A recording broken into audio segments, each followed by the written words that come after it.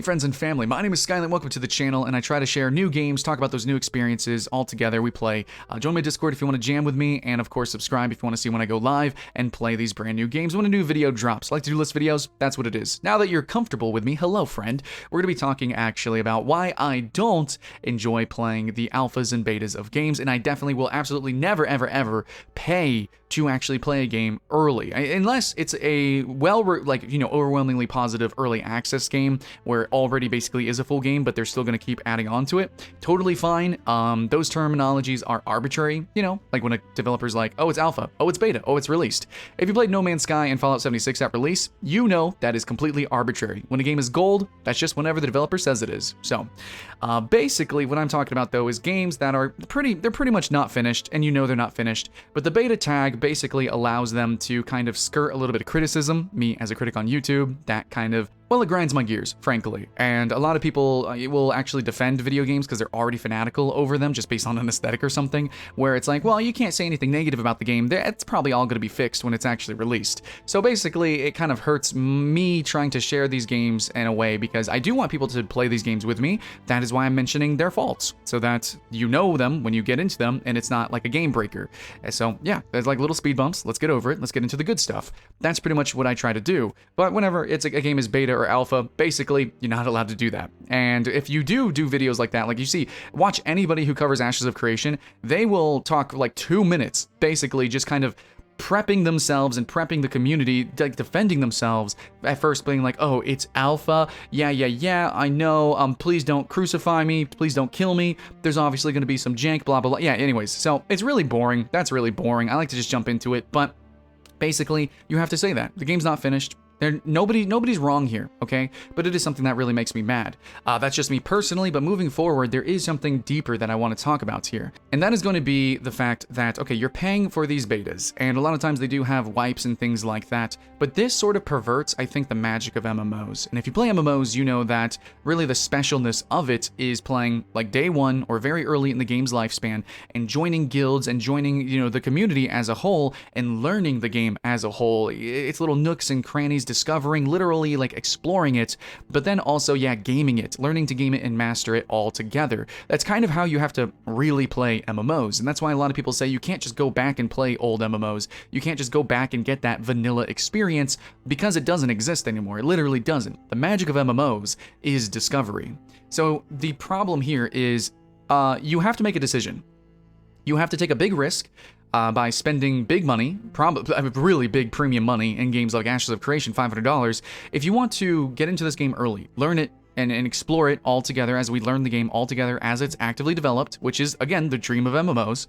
But, you also want to join guilds, and guilds are going to be recruiting at this time. You will be able to get higher up in the guilds. You will likely be in the upper echelons. They will know that you're a good PvPer, or that you are very stable with your hours and able to actually work and grind and craft for them, or something like that. And they'll actually be able to really play with you. You'll be able to join the community easier and better the sooner that you actually join. And the problem with these MMOs that do these tiered betas is it's expensive, it's awkward, and also, frankly, they're not as the games aren't as good of an experience early on in terms of literal physical mechanics, as in the game is literally not finished. Even if the meta and social aspect is better because you're all playing and discovering together, they're worse games. So you have people have to say, okay, do I want to join the community now and be able to be one of the upper echelon of this game and be able to really play it, especially when it launches, and speed run it and all that and play with my guild? Or do I want to wait until it releases and take my chances? The game will be better and more fun, but what if everyone just kind of runs through it? Did I miss the magic? Did I miss the point of the game at that point? And it's really scary. This is something that I really think about. As somebody who's played tons and tons of MMOs, basically all of them, this is something that I've seen. I've jumped onto MMOs in different parts and different, areas. Dude, this totally happens. Like, basically, especially with sandbox style games. If you play a game like New World, or this directly happened most recently for me in Albion Online, if you play games like this, basically you get in early and you're a champion. You're one of the real players. And sure, I'm still going to be, you know, a promoter of Albion Online. I think it's a great game. You could still probably make a guild and eventually do some cool stuff. But the people who are really affecting the game and changing the game, and people who probably are having the most fun, are well established in the game. This is something that's very known in EVE Online, likely in Black Desert Online as well. A lot of these sandbox games, and even to an extent, games like World of Warcraft or Final Fantasy XIV. If you are in a hardcore raiding guild, it's likely because you've been playing the game for a long time. You kind of have a portfolio of experience. You are able to jump into a guild, and that's because you played these games early or very, long ago. But for games like New World, and especially just now, it seems like the life cycle of games is shorter than it used to be.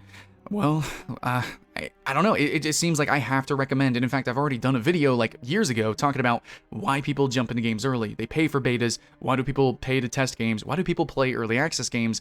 And it's for this very reason. You want to get in early so that you can be good at the game, so you can get good. And now there's even extra incentive, which I especially know of as a YouTuber, where, yeah, if you look at my colleagues, you'll notice that, or my peers, they jump from game to game. I mean, not just because they are a myriad streamer or they love playing lots of different games. They're doing it because they're looking for their cash cow. And that's basically the recommendation from, if you watch any guru, yeah, that's what you do. You play a game like New World, you do guide videos and stuff like that, you regurgitate the news, you read off the website, which I literally did as well for a little bit. But you do that until you realize, oh, this is the game that's going to get me a lot of views. Okay, so when the beta comes out or it's early access, I will pay money so that I get in early. And this isn't uncommon. I mean, in any industry, sometimes that happens. But it's like, it just sucks because a lot of people who are up and coming on YouTube, frankly, you're doing this. You know, you're like, oh man, if I get in this game early, I'll get viewers on Twitch, which is totally true. That's not incorrect information. But if everyone's doing this, that kind of perverts the reason why. It's like, do you want to play this game because it's a fun game and you really believe in the idea and you want to join the community, or because you want to get views on YouTube? And so you do have people who are, joining guilds and getting in early and then they leave. And I feel like there's like this flippancy now in the communities of these games, which are supposed to be really dug into and long-lived. And you're supposed to be making, I would say, real friendships in these games. I think these adventures are real adventures. These are real experiences, even though it's virtual. And I'm noticing that more and more people just kind of flip-flop. They jump in, they jump out. And honestly, I'm also totally a victim of that incentive as well. So you have people kind of coming in, going. You also have people joining late, I would say. Like, if you join a game day one when it's officially gold, you're late to the party. You need to already be in a guild. You probably already should have been testing the game, and that's really, ideally, how you hit the ground running. So this beta test that you paid for, that you're playing this game for, is not really a beta test. This is actually more of a dry run for you and your guild. Yes, you are also you're giving, I guess, money to the developers to hopefully make the launch smoother and better. It almost never is. Hopefully you're showing the developers, some things that are bad about the game and actually truly helping to test the game, which, that we need that. That's good too. It's all good things. It's just a double-edged sword because in the end, it's like you just have these players that are coming in with different incentives. They play for different periods of time, which is kind of a beauty of MMOs, but there's just a little bit of a perversion with the tiered pricing scheme of everything. So you have players who join day one, and they feel a little bit left out. It's a little bit harder to be taken seriously in a guild day one, when if you do join the beta, that's totally fine. Everyone is in the dark, so everyone gets kind of an equal opportunity, but that doesn't exist. And so the incentives are a little bit different. The metagame actually is a little bit different come day one. And if you guys have played the launch of Classic World of Warcraft, you probably know exactly what I'm talking about. You have people who have hordes of players kind of scouring and just kind of pillaging entire zones because they're following a streamer or a YouTuber, something like that. You have people speedrunning the game, which is fun. That's really cool. I do appreciate it. But like, if that happened every season, that would work out, but it's not. So it's just like the day one experience totally destroyed for tons of players. And just basically you have all these guides already created. There's no way that you could really analyze and research the game because it's just been done before. So basically all the magic is gone even day one of a game. And there is no day one, effectively. If you do have these elongated alphas, these elongated betas, there is no day one. And it's not like a survival game where the mechanics are simple and straightforward, that you can go in blind. An MMO, basically, because it is a social online community, try to do dungeons in Guild Wars 2 without knowing the mechanics. People are going to yell at you, even though the game is so fun if you don't know the mechanics and you have to learn it. People will yell at you. Try to do raiding or, end game in any MMO. People are going to yell at you if you're a brand new player. And of course, that's going to happen too as well, even leveling, because people are making alts, people are replaying, people are trying to level up their friends as well, and they're, telling them what to do, so you join the group and they're going to tell you what to do. And basically the whole that's the big thing, the social interaction has been twisted, perverted, and it's just a little bit changed, all because the game did not release at day one. And yeah, so basically to end cap the video, I do want to say that if you want to play an MMO, you basically do need to play at the launch of the game, the proper launch of the game, likely the beta. You needed to buy into New World and play the beta at the moment. Anytime there's an expansion, that's a good time to jump in as well because the game is kind of refreshed and renewed. Those are the times that you play an MMO. Playing in the middle of a season or playing at the kind of an end of a lifespan of an MMO is a tragedy. It is not the true full experience. It is not the absolute magic of the MMO, and it is something that you'll never get back. Even if a game re-releases, such as classic World of Warcraft, you will have fun. There will be something genuinely interesting there, but it will not be as long-lived or as special as when that game initially had its, its heyday. The magic is just a little bit faded, maybe even entirely dissipated. So that's pretty much what I got to say about that, and I guess my voice out to developers, which maybe I know is unfair, but basically, if you're going to do tests and you need players, I think it should be open and available and free, or it should be invited. And yeah, spam invites, do whatever you need to do, but paying for betas just feels a little bit bad. It segregates people who can't always afford it or who isn't willing to make that risk within a guild. It basically, even if you already are in a guild, if you're not one of the people who are playing the beta, then you kind of get lower on the tier list of potential people who are going to be PvPing and stuff like that, especially in games like New World where you do have limited slots on PvP teams and things like that. Also happens in Albion.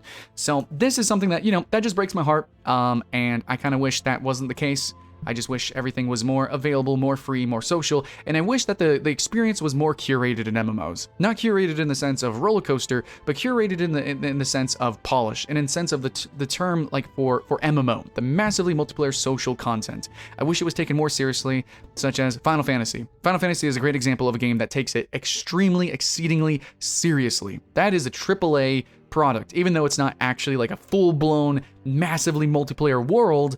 The idea of the social interaction in the community is core to its principles, and so they're like, yeah, day one, polished product, we're gonna do that. I mean, ever since, they had to do A Realm Reborn. They learned their lesson, and I wish more MMOs learned that lesson as well. We'd have less dead MMOs, and more games that are, we play some good games, we play some good MMOs, but those experiences would last a little bit longer. So I'm looking forward to a bunch of expansions coming out this year. We actually got Guild Wars 2, I think, coming out January next year. Endwalker as well is going to be coming out for Final Fantasy. And sure, yeah, New World's going to be coming out. But I have to admit, on this channel, no, I don't play betas. I'm not going to pay for that. They can pay me for that, because that used to be a career. And as well, like, if a game is not going to be the same day one, as it would be like if I paid the beta earlier, I'm just not going to play it. I'm just not going to do it. I want premium, perfect experiences. Otherwise, there's amazing books to read. There's music I need to listen to. There is movies I got to watch. Like, there's so much art in the world, and that is perfect and prestigious and unperverted. Then I don't need to waste my time with an MMO that doesn't care about that, because that's what I care about the most. The social sharing experience, that day one discovery. That is everything to me. That is why I even talk about this genre at all. So anyways, friends and family, since I am all about that, if you guys care about that, then you're going to want to subscribe. We're going to be streaming and checking out a lot of new games that are good games. Try to play some good games. But I'll try to always let you be aware of some issues in the industry, as well as just be blunt and honest and emotive with what I fucking care about, right? And some things that could really dampen the experience for you if you're trying to get into a genre or just gaming in general. So much love, friends and family. I said some stuff and things about stuff and things, but now it's your turn, keyboard warriors, in the comments below. Keep the hype alive, and I'll see you again next time.